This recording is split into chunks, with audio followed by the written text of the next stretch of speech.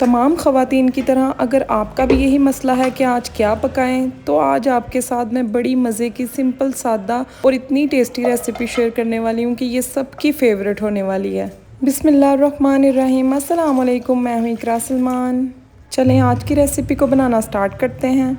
इसके लिए सबसे पहले आपने कढ़ाई में ना एक बड़े साइज़ का लहसुन छील कर शामिल कर देना है। 2 मीडियम साइज़ के ना आपने प्याज को काट लेना है, उन्हें शामिल कर देना है। इसमें आपने 1 गिलास पानी शामिल करके थोड़ा सा नमक शामिल कर देना है। लहसुन को सॉफ्ट होने दें। 5 मिनट के लिए मैंने कवर करके पकाया था। लहसुन और प्याज सॉफ्ट हो चुके हैं। इसके अंदर 2 मीडियम साइज़ के टमाटर ऐड कर दें। 1 टेबलस्पून अदरक का पेस्ट शामिल कर देंगे।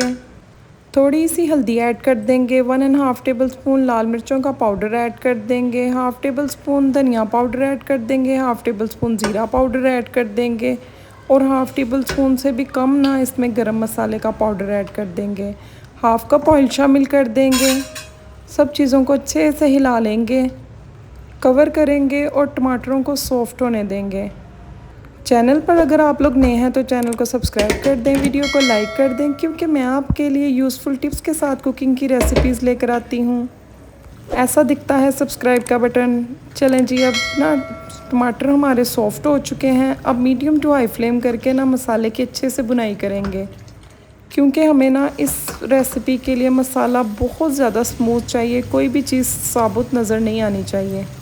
ये देखिए माशाल्लाह से 5-7 मिनट के लिए मीडियम टू हाई फ्लेम के ऊपर मैंने बुनाई कर ली है मसाले की। अब इसमें ना 750 ग्राम चिकन ऐड कर देंगे। मसाले के साथ चिकन को भी ना 7-8 मिनट के लिए आपने भूनना है।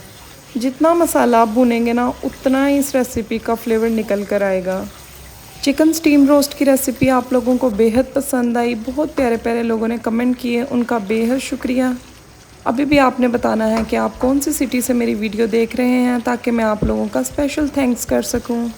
चलें जी, 7-8 मिनट के लिए चिकन की ना अच्छे से बुनाई कर लिया, ऑयल किनारों से सेपरेट हो चुका है। अब इसमें ना हम आलू शामिल कर देंगे। आधा किलो आलू लिए हैं, इसे मैंने इस तरीके से बड़े साइज़ में काट लिया है। आलूओं को 3-4 मिनट के लिए अच्छे से भूनेंगे, ताकि चिकन और मसाले का फ्लेवर आलूओं में अच्छे से जा सके। आपने ख्याल के साथ चम्मच को चलाना है, चिकन टूटना नहीं चाहिए। चलें जी, यहाँ पर ना आलूओं की भी भुनाई तकरीबन हो चुकी है। अब आपने ना एक ख़ास काम करना है। आपने ना पानी को बॉईल कर लेना है। 1 लीटर पानी बॉईल करने के बाद ना आलू चिकन में आपने ऐड कर देना है। उससे पहले मैंने 3 साबुत हरी मिर्चें ऐड कर दी हैं। पानी बॉयल ही ऐड करना है। आलू चिकन का शोरबा बना रहे हैं, इसके लिए आपने कभी भी कच्चा पानी यूज़ नहीं करना, वरना आपका टेस्ट अच्छा नहीं बनेगा।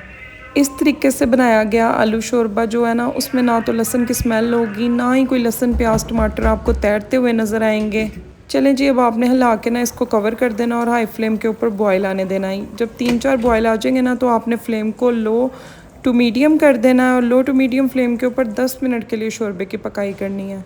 ये देखें, यहाँ पर 10 मिनट हो चुके हैं शोरबे को पकते हुए। शोरबे की कंसिस्टेंसी आप अपने हिसाब से सेट कर लें। अगर आप गाढ़ा खाते हैं तो कम कर लें, अगर आप पतला खाते हैं तो आप पतला भी रख सकते हैं, लेकिन हमारे घर इस तरीके से खाया जाता है।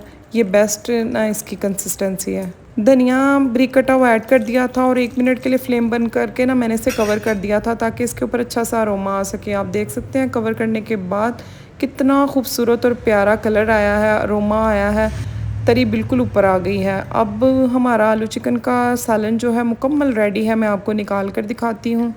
ना तो हम लोगों की बोटियाँ टूटी हैं और ना ही बहुत ज़्यादा हार्ड है। आलू भी सॉफ्ट हो गए थे। हल्का सा गरम मसाला डालेंगे, बारीक कटा मज़ीद धनिया ऐड करेंगे। ये देखें माशाल्लाह से, जिसको भी आप इस तरीके से आलू गोश्त खिलाएंगे ना, तो यकीन करें उसने तारीफ़ों के पुल बांध देने हैं। देखने में ये जितना मज़े का लग रहा है ना, उससे कई गुना ज़्यादा ये खाने में टेस्टी था। वीडियो अच्छी लगी तो एक प्यारा सा कमेंट कर दीजिएगा। इजाज़त चाहती हूँ। अल्लाह हाफिज़।